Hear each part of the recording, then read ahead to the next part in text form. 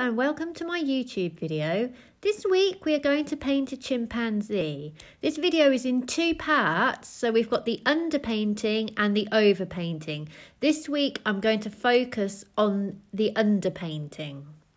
So this is the reference photo then that we are going to use, but I feel the background is a bit distracting, so I'm going to change it in Procreate. As our underpainting is a value painting, i.e. black and white, I'm going to change this photo into black and white also to make it easier for myself.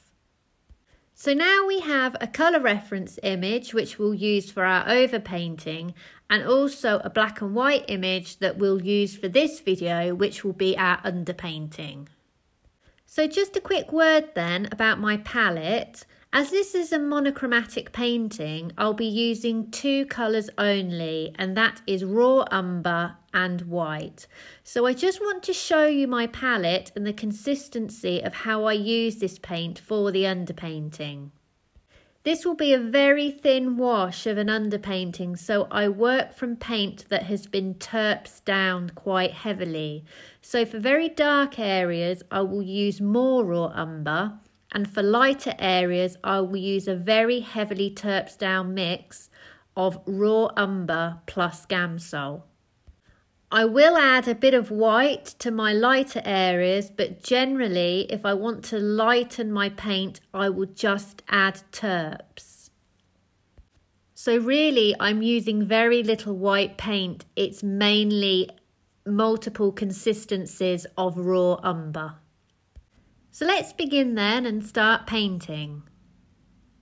If you have seen some of my other YouTube videos, you'll know that I tend to paint in layers and I don't often use this method, but I wanted to show you this method today because it is very useful for portrait painting.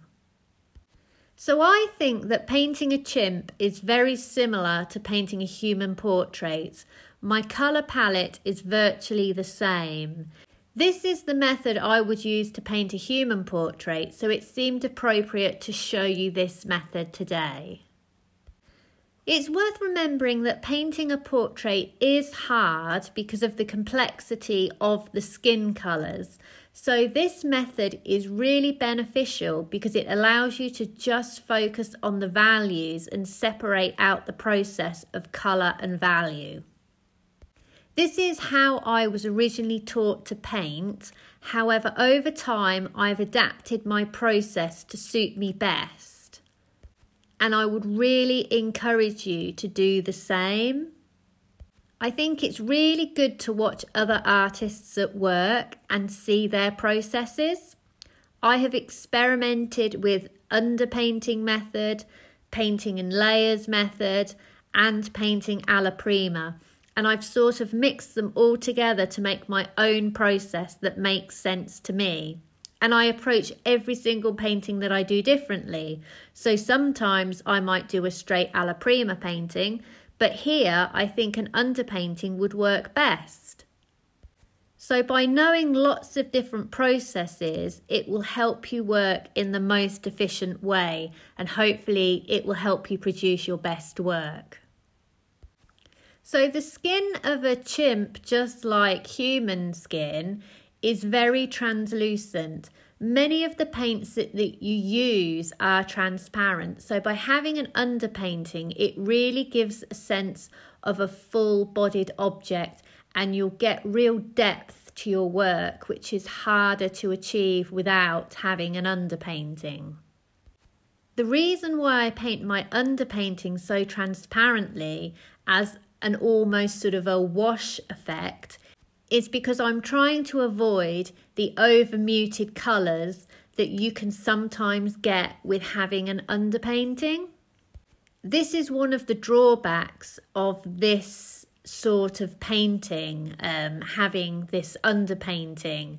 So I try to compensate for this, and I've devised a method of using very thin paint, which seems to work for me. So you might wonder then how detailed you should go with your underpainting. I'm going to show you a less finished version a much rougher version of this underpainting at the end, so you can see the degree to which you can take detail in your underpainting. It really is a personal preference. I prefer a much looser, rougher underpainting because if I go too detailed and tight straight away, I find that my overpainting then becomes tight.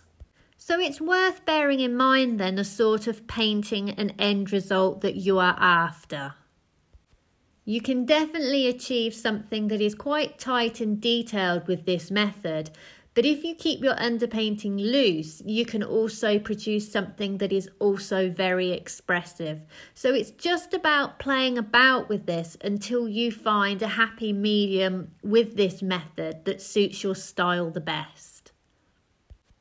I hope you have enjoyed my video today. For next week's video, I will show you how to do the overpainting. So please tune in if you enjoyed this one. Please also subscribe to my channel if you can, and check out my website sarahhallidayart.com, where you'll find details of classes that I run one-to-one and also online. So I'll see you next week.